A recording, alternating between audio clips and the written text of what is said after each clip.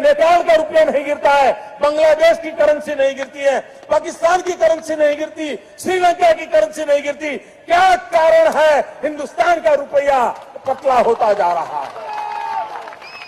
ये जवाब देना पड़ेगा आपको। ಡಾಲರ್ನ ಮೌಲ್ಯ ಮೇಲಕ್ಕೆ ಏರ್ತಾ ಇದೆ, ರೂಪಾಯಿ ಮೌಲ್ಯ ಕುಸಿತಾ ಇದೆ, 93 ರೂಪಾಯಿ ದಾಟಿದೆ. ಆದರೂ ಸಹ ನಮಗೆ ನಮ್ಮ ದೇಶದ ಆರ್ಥಿಕ ಸ್ಥಿತಿಯ ಬಗ್ಗೆ ನಮಗೆ ಪರಿಜ್ಞಾನವೇ ಇಲ್ಲ, ಯಾರೂ ಮಾತನಾಡ್ತಾ ಇಲ್ಲ. ಅಂಧ ಭಕ್ತರನ್ನ ಸಾಕಿಕೊಂಡಿರುವಂತಹ ಒಂದು ರಾಜಕೀಯ ಪಕ್ಷ ನಾನು ಈ ದೇಶಕ್ಕೆ ದ್ರೋಹ ಮಾಡ್ತಾ ಇದ್ದೀನಿ ಅನ್ನಿಸ್ತಾನೆ ಇಲ್ಲ. ಅದಕ್ಕೆ ಮಾಧ್ಯಮಗಳನ್ನು ಖರೀದಿ ಮಾಡಿಕೊಂಡಿರುವಂತಹ ರಾಜಕೀಯ ಪಕ್ಷಕ್ಕೆ ನಾನು ದ್ರೋಹ ಮಾಡ್ತಾ ಇದ್ದೀನಿ ಅನ್ನಿಸ್ತಾನೆ ಇಲ್ಲ. ಕುರ್ಚಿ ಆಸೆ, 5 ರಾಜ್ಯಗಳ ಚುನಾವಣೆ ನಡೀತಾ ಇದೆ, ಅಲ್ಲಿ ಗೆಲ್ಲಬೇಕು ಅಂತಾರೆ ಹೊರತು ಈ ದೇಶವನ್ನ ಸೋಲಿಸ್ತಾ ಇದ್ದಾರೆ. LPG ಗ್ಯಾಸ್ನ ಬೆಲೆ 60 ರೂಪಾಯಿ ಏರಿಸ್ತಾರೆ. ಇವತ್ತು ಪೆಟ್ರೋಲ್ ಡೀಸೆಲ್ ಬಗ್ಗೆ 2 ರೂಪಾಯಿ ಏರಿಸಿದ್ದಾರೆ. ಇವರಿಗೆ ಕಿಂಚಿತ್ ಆದರೂ ಈಗ ಯುದ್ಧ ನಡೀತಾ ಇದೆ, 20 ದಿವಸಗಳಿಂದ ಯುದ್ಧ ನಡೀತಾ ಇದೆ. ಡಾಲರ್ನ ಮೌಲ್ಯ ಹಿಂದೆನೇ 90 ರೂಪಾಯಿ ದಾಟಿತ್ತಲ್ಲ. ಅವತ್ತು ಕಾಂಗ್ರೆಸ್ ಪಕ್ಷ ಸರ್ಕಾರದಲ್ಲಿ ಅಧಿಕಾರದಲ್ಲಿದ್ದಾಗ, UPA ಇದ್ದಾಗ ಅವತ್ತು ಸಿಲಿಂಡರ್ನ ರೇಟ್ 400 ರೂಪಾಯಿ ಇತ್ತು. ಇವತ್ತು 1000 ರೂಪಾಯಿ ದಾಟಿಸಿದ್ದಾರೆ. ಪೆಟ್ರೋಲ್ ಬೆಲೆ 20 ರೂಪಾಯಿಗೆ ಬರುತ್ತೆ ಅಂತೇಳಿ ನಮ್ಮ ಹೆಂಗಪುಂಗ್ಲಿಯ ಖ್ಯಾತಿಯ ಚಕ್ರವರ್ತಿ ಸೂಲಿಬೆಲೆ ಅವರು ಹೇಳಿರುವಂತಹ ಮಾತುಗಳು. ಡಾಲರ್ನ ಬೆಲೆ 16 ರೂಪಾಯಿಗೆ ತರ್ತಾರೆ ಅಂತೇಳಿ ನಳಿನ್ ಕುಮಾರ್ ಕಟೀಲ್ ಅವರು ಹೇಳಿರುವಂತಹ ಮಾತುಗಳು. ಮತ್ತೊಬ್ಬ ಅಂಧಭಕ್ತ ಉಟ್ಕೊಂಡಿದ್ದಾನೆ, ಯಾರು?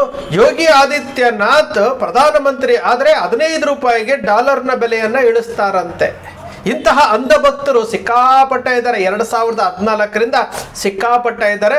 ಇವತ್ತು ನಿನ್ನೆಯ ದಿವಸ ಡಾಲರ್ನ ಮೊತ್ತ 93 ರೂಪಾಯಿ ದಾಟಿದೆ. ಆದರೂ ಸಹ ಅಂಧಭಕ್ತರು ಕಮರ್ಷಿಯಲ್ ಸಿಲಿಂಡರ್ ರೇಟನ್ನು ಹಾಕ್ಕೊಂಡು ಕಾಂಗ್ರೆಸ್ ಪಕ್ಷ ಇಷ್ಟೊಂದು ರೇಟ್ ಏರಿಸಿತ್ತು, ನಾವು ಕಡಿಮೆ ಮಾಡಿದ್ದೀವಿ ಅಂತ ಸಮರ್ಥನೆ ಮಾಡ್ಕೊಳ್ತಾರಲ್ಲ. ಹೊಟ್ಟೆಗೆ ಅನ್ನ ತಿಂತಾರ, ಬೇರೆ ಏನಾದರೂ ತಿಂತಾರ? ಇವರು ಹೊಟ್ಟೆಗೆ ಅನ್ನ ತಿನ್ಬೇಕಲ್ವಾ? UPA 1 UPA 2ನಲ್ಲಿ ಸರಿ ಇಲ್ಲ, ಅದಕ್ಕೋಸ್ಕರವಾಗಿ ನಮ್ಮ ವಿಶ್ವಗುರು ನರೇಂದ್ರ ಮೋದಿ ಅವರನ್ನ ಪ್ರಧಾನಮಂತ್ರಿ ಮಾಡಿದ್ದಲ್ವಾ? ಕಪ್ಪು ಹಣ ತರ್ತೀವಿ ಅಂತೇಳಿ ಜನರನ್ನ ಮೂರ್ಖರನ್ನಾಗಿ ಮಾಡಿ ಸೋಷಿಯಲ್ ಮೀಡಿಯಾದಲ್ಲಿ ಚಿನ್ನದ ರಸ್ತೆಯ ಬಗ್ಗೆ ಮಾತನಾಡಿದಂಥ ನಮ್ಮ ಹೆಂಗಪುಂಗ್ಲಿ ಮಾತಾಡಬೇಕಲ್ಲ. ಇವತ್ತು ಚುನಾವಣಾ ವಿಶ್ಲೇಷಕ ಈ ಮನುಷ್ಯ. ಇವರಿಗೆ ಸ್ವಲ್ಪನಾದರೂ ಪಶ್ಚಾತ್ತಾಪನೂ ಇಲ್ಲ, ಪ್ರಾಯಶ್ಚಿತ್ತನೂ ಇಲ್ಲ. ಈ ದೇಶವನ್ನು ಬಳಸ್ಕೊಂಡು, ಈ ಧರ್ಮವನ್ನು ಬಳಸ್ಕೊಂಡು ಜೀವನ ಮಾಡ್ತಾ ಇದ್ದಾರಲ್ಲ. ಇವರಿಗೆ ಚಿಂತಕರು ಅಂತ ಕರ್ಕೊಂಡು ಬಂದು ಟಿವಿನಲ್ಲಿ ಕೂತ್ಕೊಂಡು ಮಾತಾಡಿಸ್ತಾರೆ. ಸತ್ತು ಹೋಗಿರುವಂತಹ ಮಾಧ್ಯಮಗಳು, ಸತ್ತು ಹೋಗಿರುವಂಥ ಎಷ್ಟು ಜನ ಚೀಮಾರಿ ಆಗ್ತಾ ಇದ್ದಾರೆ, ಎಷ್ಟು ಜನ ಇವರಿಗೆ ಮಾಧ್ಯಮಗಳಿಗೆ ಎಷ್ಟು ಜನ ಚೀಮಾರಿ ಆಗ್ತಿದ್ರು, ಬದಲಾವಣೆ ಆಗ್ತಾ ಇಲ್ವಲ್ಲ ಇವರು? ನರೇಂದ್ರ ಮೋದಿ ಅವರನ್ನ ಪ್ರಶ್ನೆ ಮಾಡಿದ್ರೆ ದೇಶದ್ರೋಹಿಗಳು. ನಮ್ಮ ರಾಧಕ್ಕ ಮಾತಾಡ್ತಾರಲ್ಲ, ನಮ್ಮ ರಾಧಾ ಹಿರೇಗೌಡರು ನಿಜಕ್ಕೂ ಗ್ರೇಟ್ ಅನ್ಸುತ್ತೆ ರೀ. ಕರೆಕ್ಟ್ ಆದಂತಹ ಪ್ರಶ್ನೆಗಳನ್ನು ಎತ್ತುತ್ತಾ ಇದ್ದಾರೆ, ಕರೆಕ್ಟ್ ಆದ ಮಾತುಗಳನ್ನು ಎತ್ತುತ್ತಾ ಇದ್ದಾರೆ. ಇಂತಹ ಪತ್ರಕರ್ತರು ಬೇಕು ನಮಗೆ. ಅವರು ಆ ಒತ್ತಡದಲ್ಲೂ ಸಹ ಪ್ರಶ್ನೆ ಮಾಡ್ತಾ ಇದ್ದಾರೆ ಅಂತಂದ್ರೆ ನಿಜಕ್ಕೂ ಖುಷಿ ಆಗುತ್ತೆ. ಎಲ್ಲರೂ ಮಾಡಬೇಕಾದಂತಹ ಕರ್ತವ್ಯ. ನಮ್ಮ ಹಣಕಾಸು ಸಚಿವರು ನಿರ್ಮಲಾ ಸೀತಾರಾಮನ್ ರವರು ಏನು ಅಂತ ಹಣಕಾಸು ಸಚಿವರಾಗ್ಬಿಟ್ಟಿದಾರೋ ಗೊತ್ತಿಲ್ಲ. ಈ ದೇಶವನ್ನ ಹಣಕಾಸು ಪರಿಸ್ಥಿತಿಯನ್ನ ಇವರು ನಿಭಾಯಿಸ್ತಾ ಇರುವಂತಹ ರೀತಿ ನೋಡಿದ್ರೆ 214 ಲಕ್ಷ ಕೋಟಿ ಸಾಲಕ್ಕೆ ತೆಗೆದುಕೊಂಡು ಹೋಗಿದ್ದಾರೆ.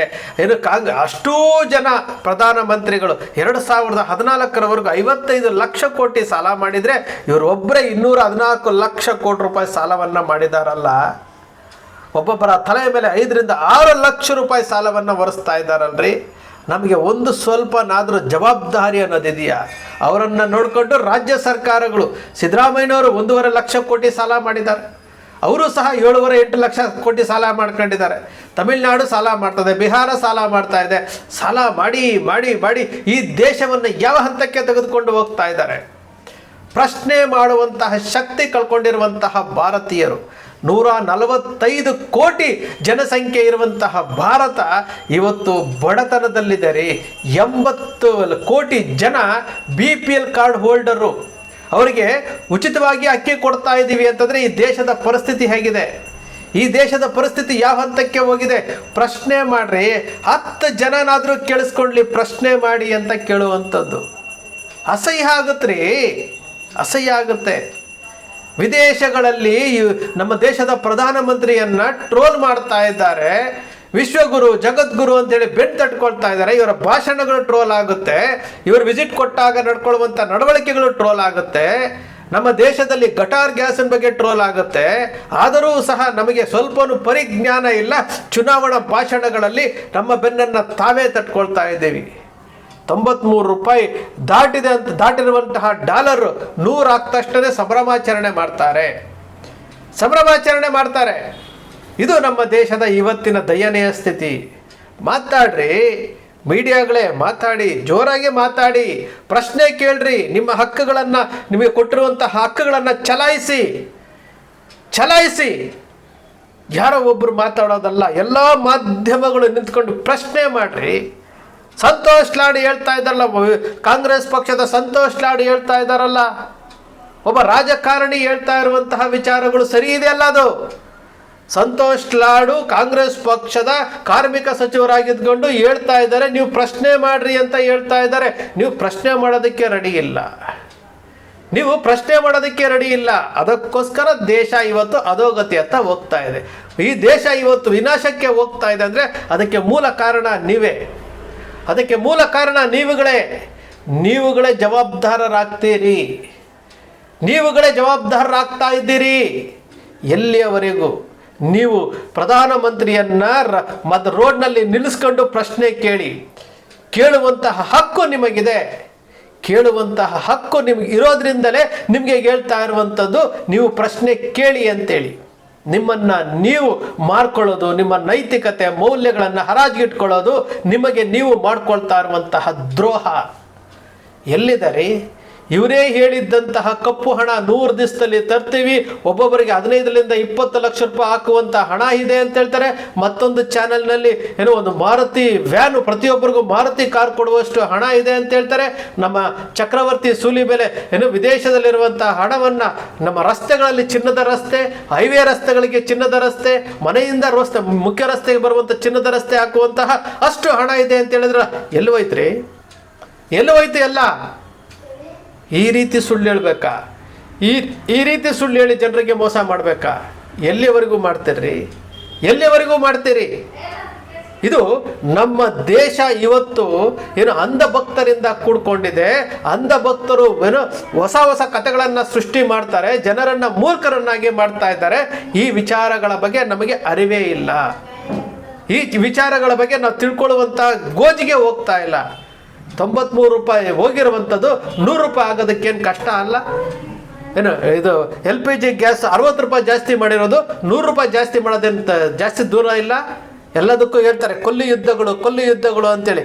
ನೀವೇನು ಮಾಡ್ತಾ ಇದ್ದೀರಿ? ಆತ್ಮನಿರ್ಭರ ಭಾರತ ಅಂತೀರಿ, ಮೇಕ್ ಇನ್ ಇಂಡಿಯಾ ಅಂತೀರಿ, ಎಲ್ಲವನ್ನೂ ಹೇಳಿದ್ರಲ್ಲ, ಯಾಕ್ರಿ ಮಾಡಲಿಲ್ಲ? ಯಾತಕ್ಕೆ ಮಾಡಲಿಲ್ಲ? ಜನರನ್ನು ಮೂರ್ಖರನ್ನಾಗಿ ಮಾಡೋದಕ್ಕೆ. ಸ್ನೇಹಿತರೆ, ಎಲ್ಲಿವರೆಗೂ ನೀವು ಪ್ರಶ್ನೆ ಮಾಡೋದಿಲ್ವೋ, ಎಲ್ಲಿವರೆಗೂ ನೀವು ಮೌನವಾಗಿರ್ತೀರೋ, ಎಲ್ಲಿವರೆಗೂ ಓಲೈಸ್ಕೊಂಡಿರ್ತೀರೋ, ಎಲ್ಲಿವರೆಗೂ ಅಂಧಭಕ್ತರಾಗಿರ್ತೀರೋ, ಅಲ್ಲಿವರೆಗೂ ಈ ದೇಶ ವಿನಾಶದತ್ತ ಹೋಗ್ತಾನೆ ಇರುತ್ತೆ. ಪ್ರಶ್ನೆ ಮಾಡಿ. ಯಾರು ದೊಡ್ಡವರಲ್ಲ, ಎಲ್ಲರೂ ಜನಸೇವಕರು. ಅವರು ನಾವು ಕೊಟ್ಟಿರುವಂತಹ ತೆರಿಗೆ ಹಣದಿಂದ ಜೀವನ ಮಾಡ್ತಾ ಇರುವಂಥವ್ರು. ಅವರು ಮಹಾರಾಜರುಗಳಲ್ಲ. ನಿಮ್ಮ ಅಕ್ಷರ ಮೀಡಿಯಾ ಯಾವತ್ತೂ ಸೃಷ್ಟಿ ಮಾಡಲ್ಲ, ಕಲ್ಪನೆ ಮಾಡಲ್ಲ, ವಾಸ್ತವದ ವಿಚಾರವನ್ನು ವಿಶ್ಲೇಷಣೆ ಮಾಡುತ್ತೆ. ನಿಮ್ಮ ಅಕ್ಷರ ಮೀಡಿಯಾದ ವಿಶ್ಲೇಷಣೆ ನಿಮ್ಗೆ ಇಷ್ಟ ಆಯಿತು ಅಂದರೆ ಸಬ್ಸ್ಕ್ರೈಬ್ ಆಗಲಿಲ್ಲ ಅಂದರೆ ಸಬ್ಸ್ಕ್ರೈಬ್ ಮಾಡ್ಕೊಳ್ಳಿ. ಪಕ್ಕದಲ್ಲಿ ಕಾಣುವಂಥ ಬೆಲ್ ಐಕಾನ್ ಪ್ರೆಸ್ ಮಾಡಿ, ಶೇರ್ ಮಾಡಿ, ಪ್ರೋತ್ಸಾಹ ನೀಡಿ.